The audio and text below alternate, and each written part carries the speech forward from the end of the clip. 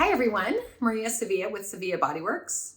So today I would like to talk about midlife and training and staying healthy through midlife and beyond. And I think I'd like to start this conversation with a little bit of a story about one of my clients. So I have a client who's been with me for a while, and he is in his 60s, and he was out playing basketball with some friends, and then he ended up straining his Achilles. So he didn't rupture it, but he strained it. He went to PT and he's just had a slow recovery. And we were having a conversation and he told me, well, maybe I just need to stop playing basketball but I still want to run around with my kids. I still want to be able to be active. And this leads me to a blog post I wrote. And I have some tips that I'd like to share with you on how to stay healthy in midlife and beyond, and what that really looks like. Not everyone is built the same. Age is a number. However, we all feel things differently. So I have some tips, 6 to be exact, to start with, to help you through this if you are one of these people. So number 1 is to find a good trainer.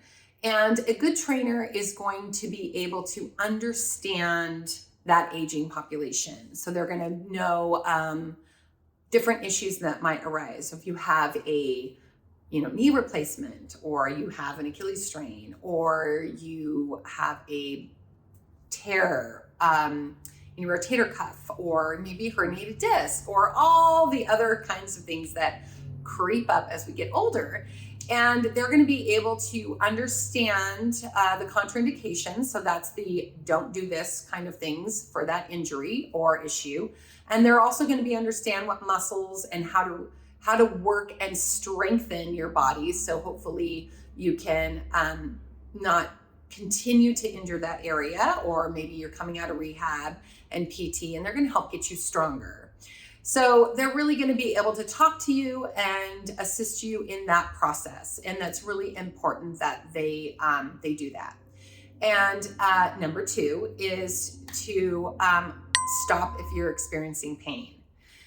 And that seems like it should be a no-brainer, right? But you'd be surprised, that idea that no pain, no gain. I don't know where that came from, but that's not true.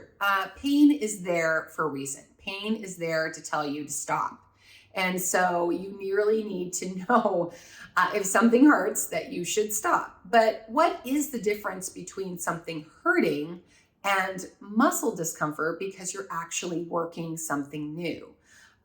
Pain is a feeling of, oh my God, ow, that's not right. And I have another little story to tell you, because I tore my hamstring many, many years ago.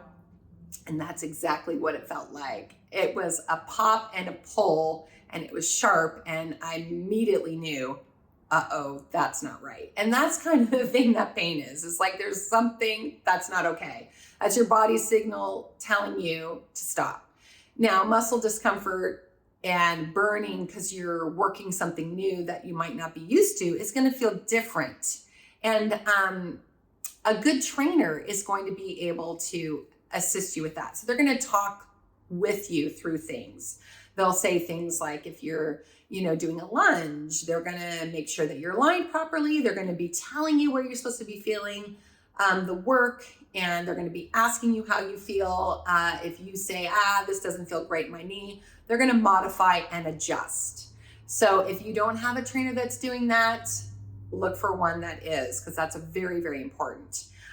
So stop if you're experiencing pain is number 2. Number 3 is work strength and mobility. So yes, of course, we want our muscles to be strong. We need them to be strong to perform most of our daily activities, but we also need to remain mobile. And what is that? Mobility is just the ability of your joints to move freely with no pain. And lots of times we can get into habits in our body where we're only doing certain things with our joints. So runners, a lot of sagittal plane movement, not a lot of movement this way, right? So you're not getting that mobility. So it's really important to be able to move those joints pain-free. And going back to number one, a good trainer will make sure that you're doing both. Okay, so mobility and strength. And number four is balance. You have to balance it out. And balance can be that we can interpret that differently. Balance one being true balance. So that doesn't just mean standing on one foot and doing eagle like in yoga or something. It just means maybe some unilateral movement. So that means one-sided movement, maybe some rotation. Different planes of movement can help with balance. And yes, of course, standing on one foot is a balance exercise. But the balance also works more intrinsically. It works proprioception, it works your core, it helps with your posture. And as we get older, we lose balance. And so nobody wants to fall and break a hip. We want to stay balanced. And balance also means train differently. Mobility, strength, balance, all of that, and really cross-train and promote that whole body health. Okay, I think I'm on number 5, and that is do something every day. So something every day doesn't mean going to the gym for an hour. Okay, I don't know where this idea came from that you had to have an hour-long workout. 20 minutes is great, 10 minutes, you could do little sprinkles all throughout the day, but do something every day. So if you have a hard workout one day, then take it easy the next day. Go for a walk. Play something fun with your kids where you're outside, maybe you're jumping on the trampoline. Just whatever that may be. Be active, continue to move. And I think that's what's really important. It doesn't have to be like a formal workout. You don't need to go to the gym and start that routine that you do all the time. Really just explore what activity looks like. And I think if you do something every day, it can be very helpful. I mean, cleaning your house, doing laundry, going up and down the stairs, all of that is activity. That is doing something every day. I have this great, Fitbit watch that reminds me to move every, 20 minutes or something like that. Just something like that. Just get up and move. So be active every day. And the last one is be realistic. So age, like I said, is a number, and aging is a real thing. However, everybody's age is a little bit different. There are a lot of other components to our health besides our physical endurance and our strength. It is our relationships with people. It is whether we get enough sleep, if we have a lot of anxiety, if we're stressed, being mindful.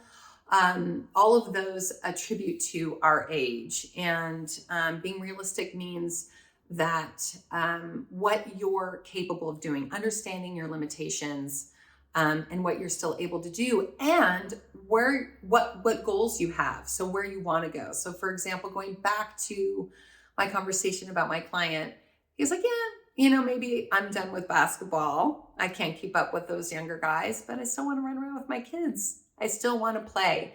And training someone who wants to stay active is very different from training someone who wants to run a marathon. And so be realistic, know what your goals are, find the right person that works for you, because that's really important. Do something every day, manage mobility, strength, and balance, and know to stop if you feel pain. So I hope that's helpful. I look forward to these conversations, and I'll see you again soon. Bye.